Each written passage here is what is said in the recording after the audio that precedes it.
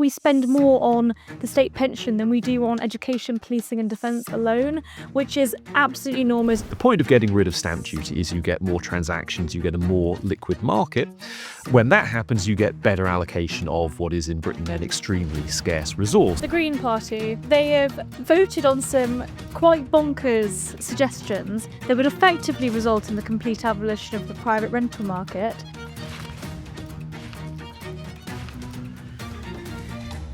Hello and welcome to the IEA podcast. My name is Reem Ibrahim and I'm the Head of Media and Linda Whetstone Scholar here at the Institute of Economic Affairs. Today I am delighted to be joined by Tom Clougherty, the IEA's Executive Director, and Kristian Niemietz, the IEA's Editorial Director. Today we're going to be discussing the aftermath of Conservative Party conference where public spending measures and indeed tax cuts were announced, the triple lock on pensions, and of course whether or not we should abolish the rental market. Tom, why don't you kick us off with the first topic? So we've just come back from Conservative Party conference. I was also at Reform Party conference, and it was interesting to see sort of the atmosphere, of course, but there were various different policies announced. What do we hear? Yeah, so I think it's important to say these policies were not so much announced as proposed, because you've got to remember the Conservatives aren't in government. I think they sometimes forget that they're not in government. But it was a much quieter conference than it has been in previous years. So maybe the message is starting to come through. I thought it was quite interesting in policy terms because there's been this criticism that the Conservatives under Kemi Badenoch haven't been coming out with any policies. That doesn't seem to be a huge problem to me when they're at least 4 years away from forming a government. And frankly, the chances of doing it then don't look great at the moment. But anyway, if we were lacking policies before, we've got them coming out of our ears now. So it was sort of non-stop policy announcements across different areas, in many cases getting into quite a lot of detail. And I think, again, maybe that lends the impression that they still haven't quite adjusted to not being the party in power, despite their situation in Parliament and so on. But okay, so what were the big things on the tax and spending side that I think we'll focus on first of all? So first of all, there was this announcement of a golden rule that a Conservative government would aim to cut spending, and then they would take half of those spending cuts to reduce the deficit, and the other half would be used to cut taxes. So that's the golden rule. And then they came out with some specific spending cuts that they would make over the next Parliament, amounting to 47 billion, about half of which would come from working age welfare, basically making it more restrictive, so restricting it to citizens, being much tougher on assessments of disability claims and so on. And then there are a few other things. They want to reduce the civil service back to its 2016 levels of staffing, saving about 8 billion. And then there were a variety of other measures on social housing, asylum, energy, and international aid. Now, all of this, for the most part, looks to me relatively sensible, relatively achievable. Certainly, I think the welfare cuts and the civil service cuts would deliver savings if they made them. The other ones maybe are a little bit more up in the air. Maybe would require some other policies to fall in place before they could be delivered. But overall, yeah, this seems like a fairly sensible thing. And by the way, there were some other big announcements in the run-up to the conference. One, that the Conservatives would leave the European Convention on Human Rights. I don't think we're going to get into that, but that's obviously pretty significant. Also, that they would scrap the Climate Change Act and so on. And this is all part of a general thing that lots of people on the right, Reform as well, are talking about, which is trying to reverse the kind of Blair-era constitutional or quasi-constitutional changes. But anyway, so you've got spending cuts on the one hand. You've got this golden rule in the middle that you'll cut spending and you use some of it to reduce taxes. And so then we got the big rabbit out of the hat in Kemi Badenoch, leader of the opposition, speech on the final day of conference, where she built up to something which I think everybody knew was coming by the time she got to that part of her speech. But it was basically that the Conservatives in government would abolish stamp duty, land tax on primary residences. And of course, you might be cynical and say you had 14 years, you could have done it, why didn't you? But I mean, you could hurl that at pretty much anything the Conservatives come out with. And frankly, many people were saying that. But if we just judge this on its own merits, for me personally, this is the single biggest and best tax reform that any government could make to the UK tax system, or technically to the English and Welsh tax system because there are slightly different things in Scotland and Northern Ireland, but they also have property transaction taxes there as well. I think this is a very good move that would make our broken property market work a little bit better. Stamp duty, I mean, the problem is we've talked about this before, but it is by far and away the most distortionary tax we have in our system. I think for every pound of revenue raised, you've got social and economic costs, which amount to about 75p in the pound. That's on top of the loss to the people who are actually paying the tax in the first place. This means it is many times more distortionary, more economically destructive than something like income tax or VAT. It really should play no part in a modern tax system, and I'll be glad if the Conservatives eventually get rid of it. But actually, I think this is such a good idea, something that would have such a positive impact, that the government, the Labour government we have at the moment, would be well advised to steal the opposition's thunder, do it themselves. Now, would they do it as part of an overall tax-cutting agenda? I suspect probably not. They would balance it out with increased revenue elsewhere. But frankly, when you have a tax which is as bad and as distortionary as stamp duty, that's still something that I would welcome them doing in the grand scheme of things. It's fascinating, isn't it? Because when you hear about a lot of the criticism that this policy announcement, or I suppose proposed policy announcement, received from the likes of, the Mirror, they've said sort of things like, well, this is just a tax break for the wealthy. Do you want to explain exactly why this won't increase house prices? You did it on your X as well, but explain it. Well, so look, there are two things there, actually. One is some people are saying this will just increase house prices. Other people are saying, well, this will just be for the wealthy, so who cares? Look, first of all, we need to have a functional property market. And the big problem with stamp duty is that it prevents transactions at the margin. So there are house sales that would go through in the absence of stamp duty that don't, because there's a big tax wedge there imposed by the government. The point of getting rid of stamp duty is you get more transactions, you get a more liquid market.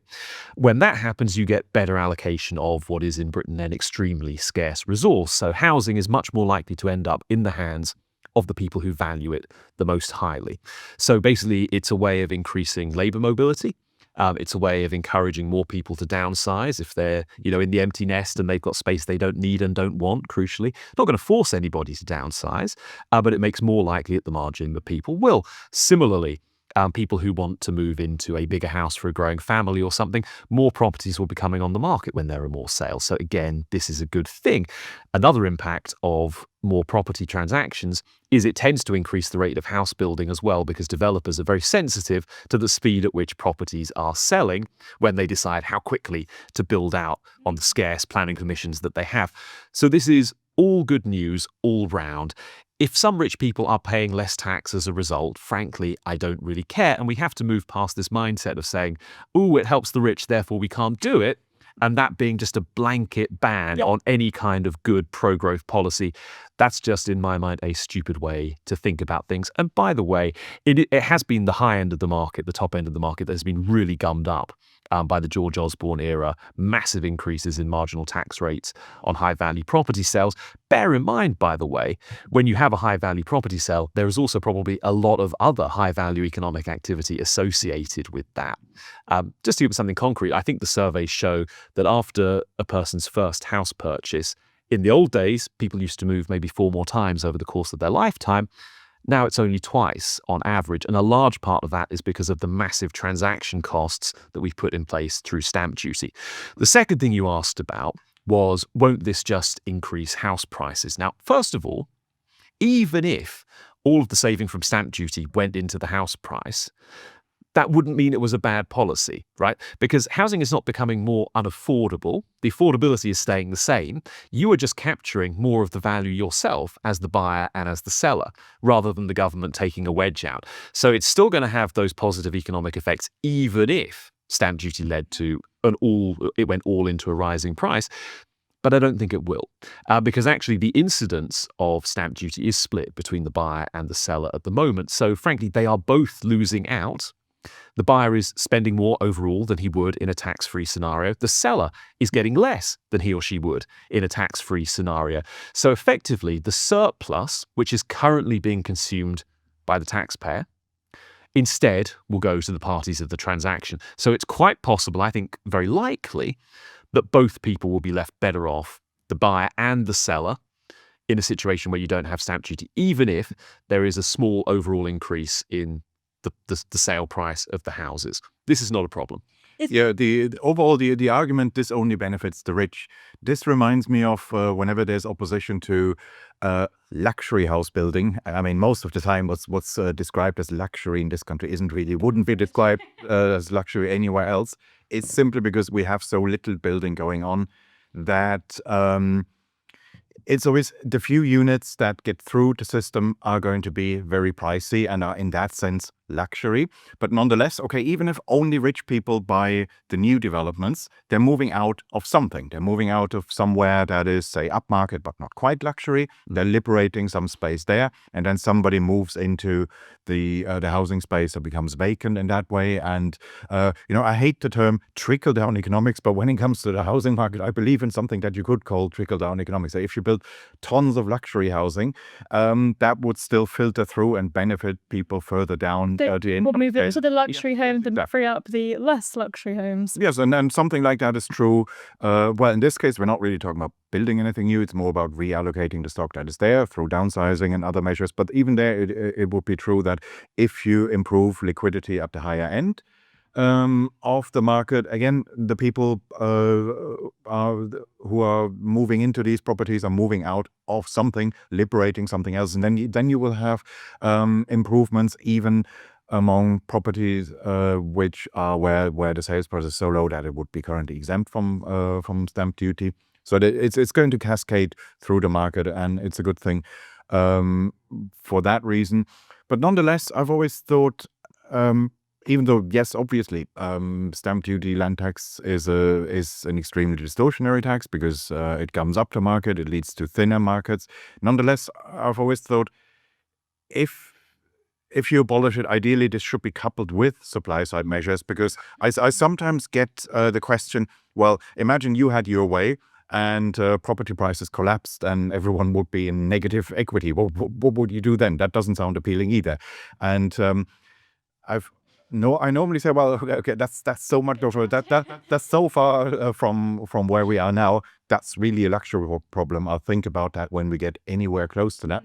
But then one thing you could do as a transitional measure is, in a situation like that, where you build so much that you really have downward pressure on prices, that's when it makes sense to then abolish taxes on the transaction, because then you would have that situation that you've described, where yes, of course, some of it is going to be capitalized into the house price. The seller is going to benefit to some degree from an abolition or drastic cut in transaction taxes. And in a situation like that, that's what you would want. You would want them to, it's not their fault that they've bought under a highly restrictive system and therefore paid a lot, and that could then be a way of compensating them. But of course, there we're talking about the luxury situation. Overall, my impression of the spending or policy announcements from the party conference was that it's all concentrated on, well, not all, but most of it is concentrated on the things that went wrong during the past 4 years or so of the Conservative government. Yeah. And okay, not bad, you have to start somewhere. At least they are distancing themselves somewhat from their time in office. But the problem wasn't just those 4 final years. It's the whole 14 years. Everything was wrong. They have to start far earlier. They have to go further back to the day they won the election in 2010, ideally. And it's not that everything went swimmingly throughout the 2010s, and then we had, after COVID, things going wrong. The origin story, it's the rot set in much earlier, in the early Cameron days already, and they'd things like energy prices and net zero and the Boris wave and all that. Okay, that's the final 4 years. Especially with housing, I mean, a lot of the environmental regulations that have made it very, very difficult to build housing in some respects happened under Theresa May, and so it was all very, very much so before the pandemic. I mean, the fundamental bottom line here is that stamp duty is a transaction tax, which means that it is going to reduce the amount of those transactions that actually happen in the first place. And just to bring this back to sort of a more human element to this, who are the people that are actually going to benefit from this? Well, of course, anybody who wants to live in a house will benefit. But if you're an elderly couple and your children have moved out, as you said, Tom, that you've got an empty nest, you've got empty bedrooms that you don't use. But there's the additional side to this. I mean, you're going to be spending more on energy costs because it'll be more expensive to heat the home. You're going to be spending more on, just physically cleaning the home and the upkeep of the home. So there are so many aspects. It's not just the price. And when you sell that home and you're able to downsize, that will make it so much more affordable to live as a pensioner, right? So many pensioners will then be able to live a much, much more comfortable retirement other than they otherwise would have. So stamp duty being abolished would absolutely be a dream. But also, we already have a almost fixed supply of housing, really, right? It's impossible to build anything in this country. And when you have that fixed supply of housing, it's really, really important that people are able to move about. And, the fact that we're able to now incentivize this. And then, of course, there are the effects that you spoke about, Tom, moving to jobs that you actually want to move into, which will, of course, improve efficiencies in that way. So there are so many aspects to this. Yeah. I think you've hit the nail on the head there, really. It's important to be clear about this. Getting rid of stamp duty is a great improvement to the tax system, and it helps massively to lead to a more efficient allocation of housing. Yeah. But you also do need the planning liberalisation so you can just build a lot more. Allocation is really important when a resource is especially scarce, but housing doesn't need to be as scarce as it is. So this should go hand in hand. And even when you're talking about downsizing, we don't have nearly enough suitable retirement property in the UK. And I think there are a variety of reasons for that. One is the planning system. One is probably that councils, even within the normal constraints of the planning system, especially don't want lots more old people moving into their territory because then there are massive social care costs associated with it. So there's the local government financing thing and less tax. So there are all kinds of issues. Yeah. So stamp duty, getting rid of it helps with the allocation, but we still need to do a lot more to boost the supply of housing. And I'll wrap up very briefly on this Conservative Party conference, although our next topic is somewhat related. I think what you've seen is the Conservatives really going out of their way to try and brand themselves as kind of fiscal conservatives or fiscal hawks, that they're going to be super responsible on spending and the deficit. But also, people have sometimes said, what's the point in a Conservative Party if they don't cut taxes? Maybe that's a bit reductive, but I think maybe they're embracing that rhetoric again as well. However, their spending cuts are very much more about making government more efficient, leaner, rather than actually reducing its scope. And also, and this leads us on to the next topic, it's all about working age welfare and spending cuts.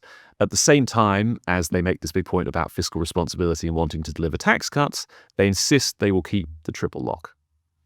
Yes. So at party conference, I spoke on a fringe panel event where I said we need to abolish the triple lock on pensions. And I also said rather radically and rather to the amusement or disappointment of the audience that we should probably look at means testing the state pension, or at least have a conversation about whether or not absolutely everybody needs to have a state pension, which effectively is means testing it, right? I would probably be more generous with it, but there is no reason for multi-millionaires to get £150 a week from the taxpayer. There's just no need for it, in my view.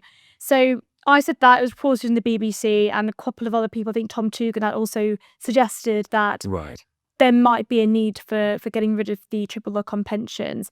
Of course, it means that the pension system is so ridiculously expensive. It is about, just over 10% of total public spending.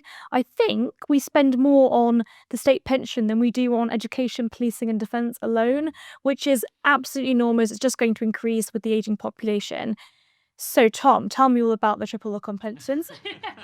And why is it so expensive? Why does it I was on a panel about whether Britain needs its own Javier Milei, basically. And I wanted to be a little bit provocative, assuming we have a somewhat older audience. And I was saying, absolutely, of course we need Javier Milei. And the thing I admire about him the most is that whereas in Britain we've been saying that we'll eliminate the deficit in 5 years' time for the last 15 years, and we've never really got much closer to it. He said he'd eliminate the deficit and basically did it in month one by cutting public spending by a third. But the crucial thing is about a quarter of the spending cuts that the Milei government has delivered have basically come about by reducing the purchasing power of pensioners. Because they reformulated the way that they increase pensions in line with inflation and so on. Obviously, they had incredibly high inflation in Argentina. So it was quite easy to do this in a relatively subtle way by just skipping a few months of inflation uprating and therefore bringing pension payments down a lot.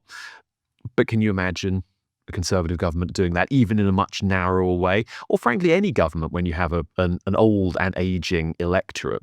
to go after pensioner benefits is an extremely difficult thing to do.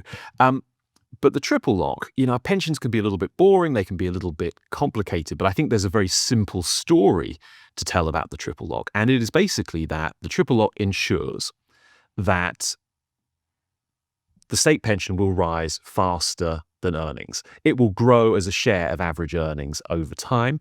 And if the economy is weak or if the economy is volatile, it will grow especially fast. And that's what we've seen since it came into force in 2012. That's going to happen. The pension is going to increase as a share of average earnings, just as the pensioner population is expanding and, relatively speaking, the working age population is shrinking. Put those two things together, and what does it mean? All things being equal, it means taxes go up and more benefits going to those who are retired. It also means, by the way, that people of working age are going to find it much harder to spare the cash to save for their own retirements. So you kind of accentuate this problem more and more as time goes by. People become more reliant on the state. The population gets older. That aging population, which is more reliant on the states, demands better benefits in retirement, and they've got the political power. And so the poor working age saps carry on having to pay more and more tax to support it.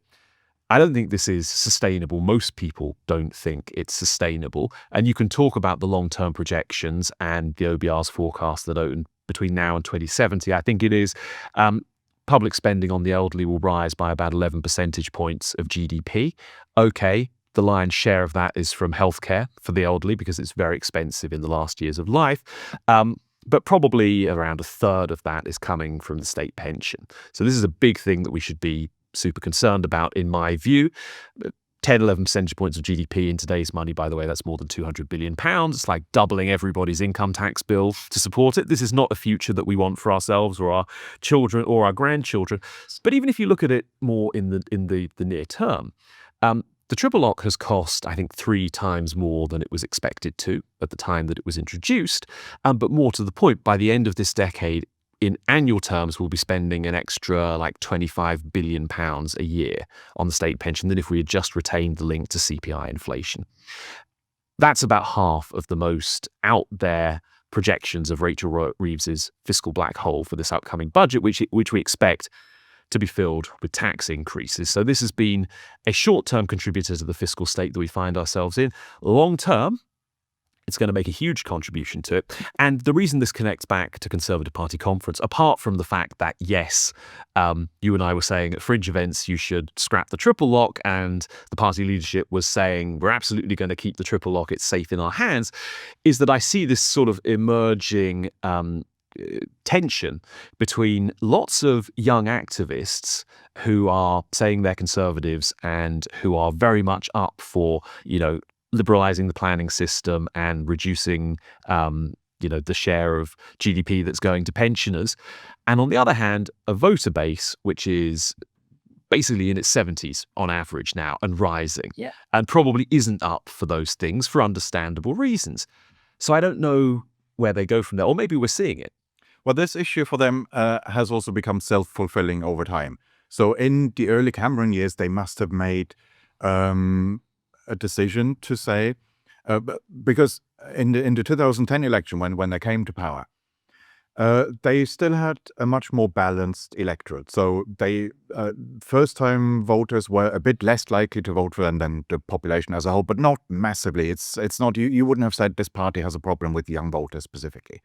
But they must have made a choice fairly early on to say, well, old people vote, young people don't. So let's concentrate on the older voters. And then it's true on turnout, right? On turnout, it was true at the time. Well, it was no longer quite so true then a few years later when you had the youth quake and the Corbyn wave.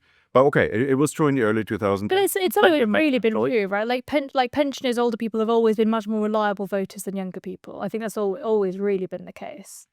Yes, okay, there's always an age gradient, but how steep that is, that changes over time. But once they made that choice, and where we had a situation where we basically had austerity for working age people, but an almost Nordic-style welfare state for pensioners, then of course you had the impression among lots of young people, okay, this party is against me. They don't have my interests at heart, and turn against them. And then, of course, that strengthens the initial impulse to concentrate on the boomer vote and neglect or ignore the potential younger vote, because then you get into a situation where you think, well, they hate us anyway. It's not just that they have a lower turnout. That's what triggers it maybe initially, these priorities. But then they will say, well, they don't like us anyway. Let's forget about them. Let's just, we are the boomer party. And then at some point, you can't get out of that anymore. Well, and let's be a bit morbid for a second.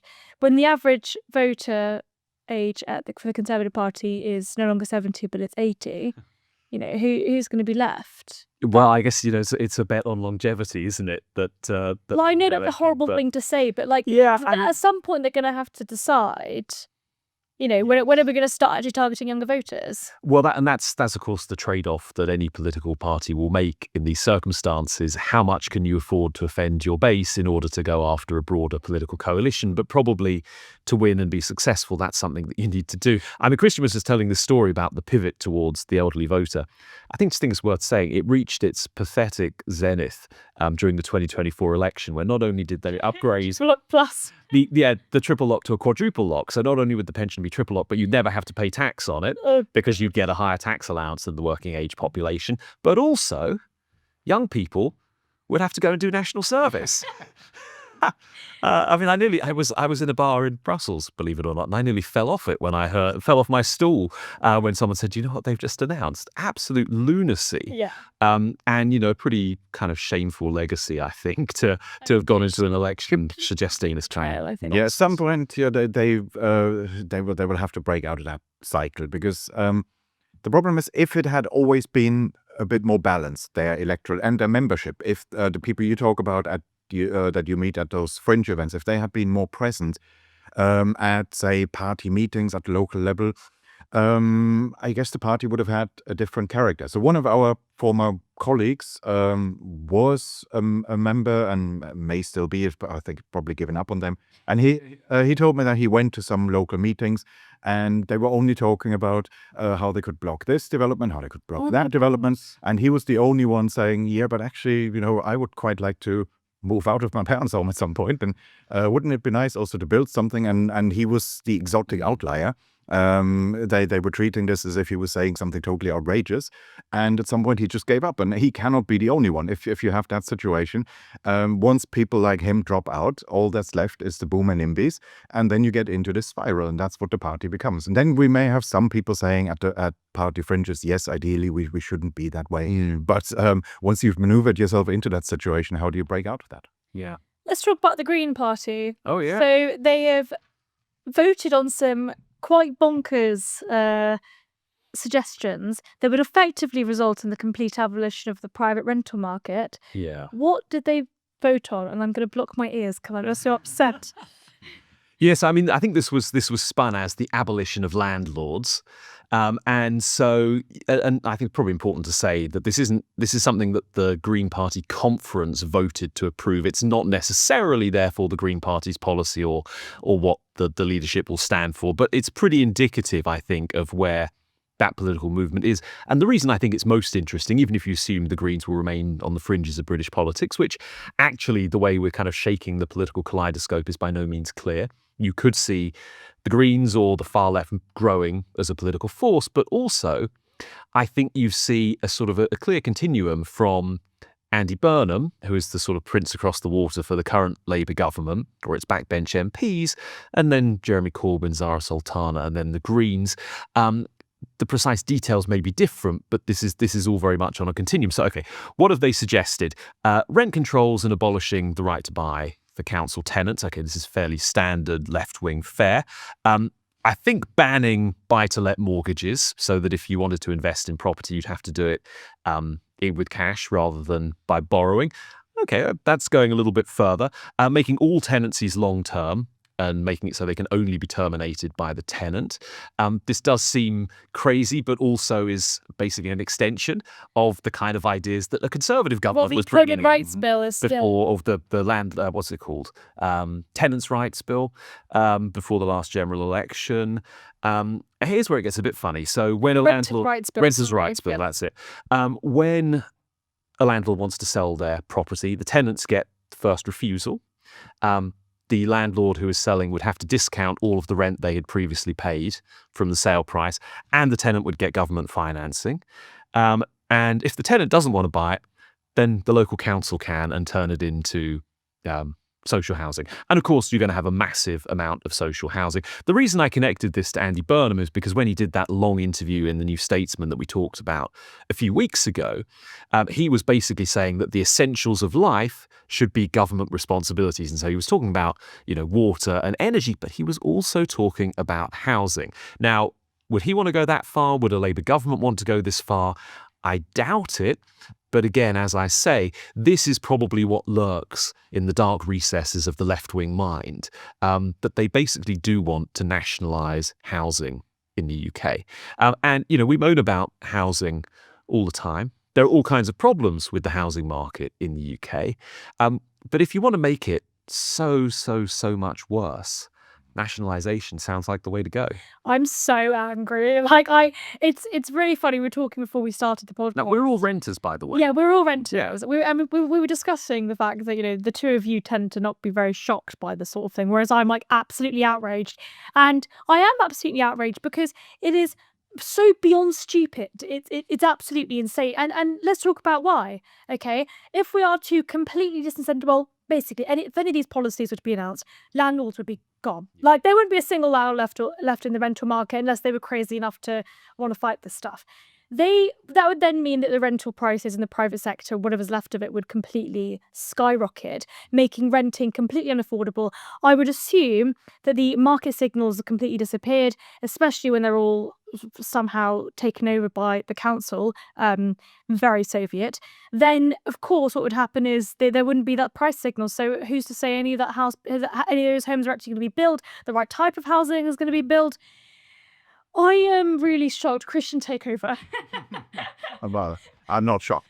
I don't want to judge this policy by our standards because this is a socialist policy. It's obviously not meant to appeal to us. But nonetheless, if you look at it on its own terms and if you try to steelman it, you could, in principle, imagine a scenario where, and they've also talked about social housing, and I guess they mostly mean council housing rather than registered social landlords, although who knows, it could be a mix of both. You could, in principle, imagine a scenario where public housing, maybe regulated social housing, expands to such a degree that you just crowd out the private rental market. I mean, that's not the way we would want to do things, but that would be on its own terms a way in which you could, in principle, organize housing markets. That you would then have the equivalent of, say, the National Health Service, where private healthcare is not illegal in this country. It's just crowded out because almost everyone gets their healthcare, or at least tries to get their healthcare through the NHS, and it's free at a point of use. And therefore, there is just not much room for a private sector. You could, in principle, organize rental markets in that way. It's just that I don't believe that a Green Party government, a Prime Minister, Zach Polanski, is going to deliver on that second part, this expansion of the public or social regulated housing stock. Because so far, at the local level, Greens have been very NIMBY-ish, and that's not going to disappear suddenly just because they also clamp down on private landlords now. They are going to go with the first bit. Yes, let's abolish the private landlords. But then they will skip that second stage, and now let's expand massively the public, council, social rental sector. And they will just abolish the private landlords and replace them with nothing. And that's going to be the problem. It's when you shift. They are shifting basically, they are starting from the presumption, even if they don't quite say it, that there isn't really a housing shortage as such. I've seen similar proposals before.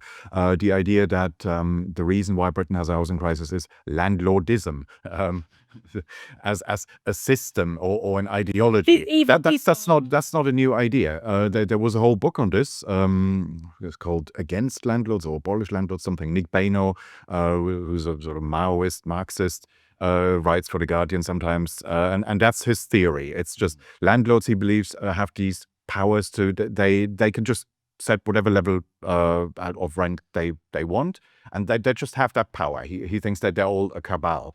They are all like maybe Zoom meetings, whatever. They can coordinate prices. They can just set whatever price they want. And if you abolish those people, he thinks then housing will be available there will be plenty of it. He thinks there is basically no supply side problem. It's just some people are hoarding it all. So basically, like Garrett Stevenson, existence of a housing market. Basically, that overall supply matters. So in a way, that's the Gary Stevenson wealth tax types would say it's just the rich people buying it up all for themselves. Nick Badenoch says it's the landlords buying it all up. And they then have this power to magically increase prices. They believe there is no such thing as a market price. It's all just willpower. But the issue is, one more thing, that if you just look at the figures, if you compare the size of private rental sectors, it's not particularly high in Britain, and it falls down even at that very basic level. That it's, I think, less than 1 in 5 households or so who are renting privately. That's a massive increase compared to, say, the late 80s when last time we had rent controls, and there was over time the private rental sector had been almost completely eroded. But compared to most of Western Europe, that's really not a lot. So Switzerland, Germany, it's more than half of people rent, and if landlordism was the problem, you would expect to see much bigger housing shortages or housing affordability issues elsewhere, and we don't. It's really, and this always needs to be pointed out, it's Britain that is the outlier here. Not uniquely, it's not the only one, but it is an outlier. Most developed countries don't have massive housing affordability issues. But it's the point, right? If you there are obviously going to be landlords out there that aren't very nice, that don't really care about the property. But a landlord, based on their incentives, they want a tenant that is going to pay their rent on time and look after the property.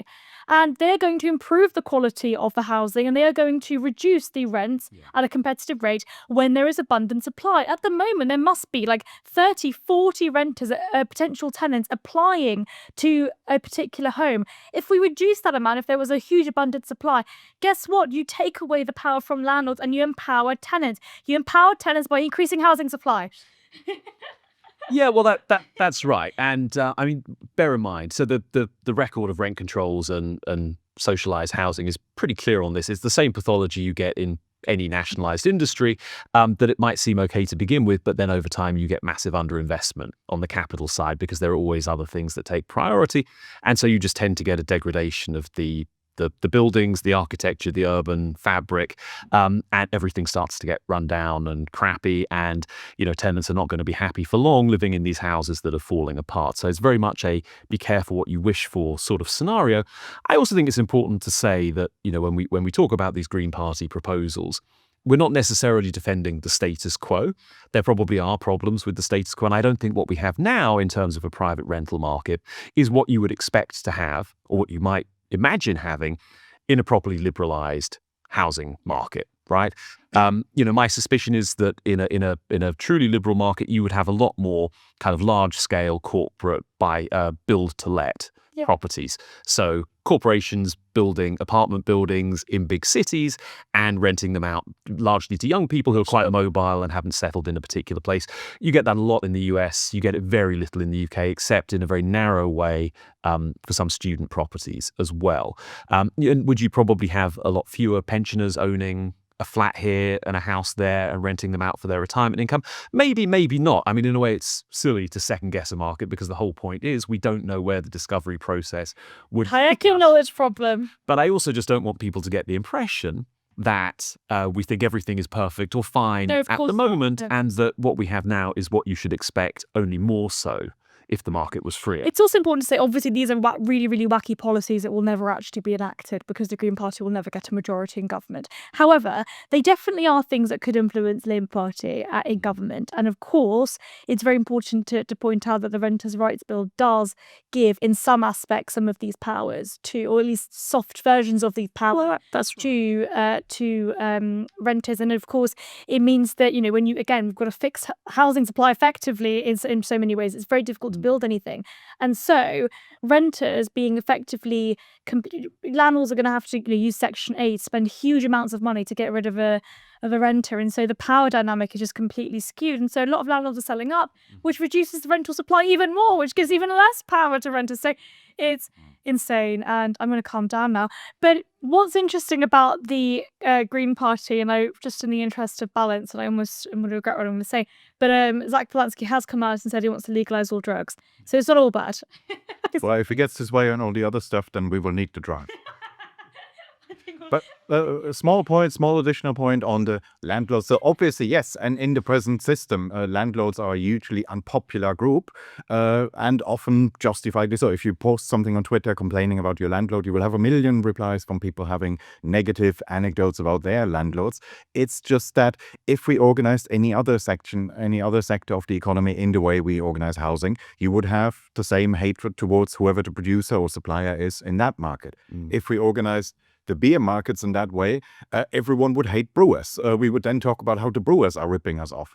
And if you then criticized some policy that's, or say proposals to nationalize brewing or so, your socialist opponents would accuse you of defending the big brewers. Yeah. And no, we're not defending a particular profession or supplier in a market. We're just talking about why do we have this situation in some markets but not others, that landlords should ideally see themselves as suppliers and their tenants as customers, and where liberalization happens, that is precisely what we see, that this isn't this isn't trickle-down economics or free market utopian thinking. We do see this where we see liberalization. So parts of New Zealand have done, I think it was in Auckland, where they had the upzoning reforms, and there you do see that that landlords suddenly change their behavior. They offer additional amenities, things that they didn't offer before. They suddenly realize, oh, I can no longer just take my tenants for granted. I have to adjust my behavior in some way. And so if you had, for example, the situation where the property you want to let stays empty for a couple of weeks or months, that's when you start thinking, oh, I have to do something. I can no longer take my tenants for granted. Here you very much can. I've seen this every time I've moved to a different place, that within 5 minutes somebody else was moving in. So of course, those are the incentives that the landlords. That's no question about it. If you want better quality housing, if you want landlords to be nicer, I suppose, if you want more affordable rents and indeed more affordable housing prices, build, baby, build. That's the conclusion. Tom and Kristian, thank you for joining me today. Thank you to all of you wonderful people for watching and listening. If you are interested in learning more about the IEA, then do check out insider.iea.org.uk.